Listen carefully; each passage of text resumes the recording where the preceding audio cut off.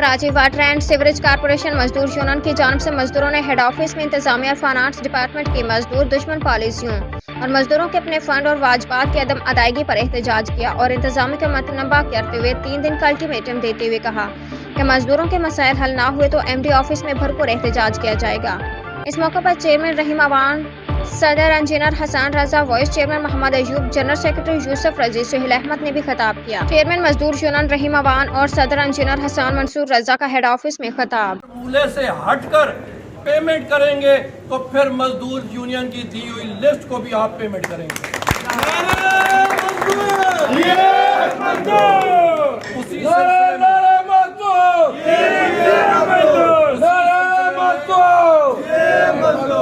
اسی سلسلے میں مزدور یونین کے ساتھی آج یہاں پر آئے ہیں اور ان سے یہ کہا گیا کہ ہم 3 دن کے اندر آپ کی دی ہوئی لسٹ کو پیمنٹ کر دیں گے، لیکن مجھے یہ پتہ ہے وہ جھوٹے لوگ ہیں، ہم مزید 3 دن دیکھ لیتے ہیں،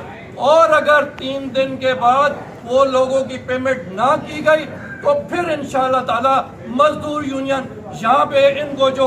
نقشہ دکھائے گی وہ انشاءاللہ تعالی دنیا دیکھے گی اور ان کو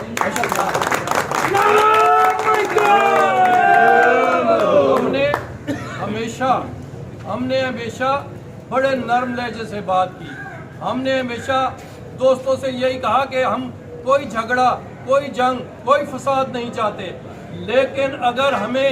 کمزور سمجھا جائے، ہماری اس پالیسی کو کمزوری سمجھا جائے تو یہ ان کی بھول ہے۔ انشاءاللہ تعالی یہاں ہزاروں کا مجمع ہوگا اور مزدور یونین کے دیے ہوئے وہ سارے کام انشاءاللہ تعالی آپ کو کرنے پڑیں گے۔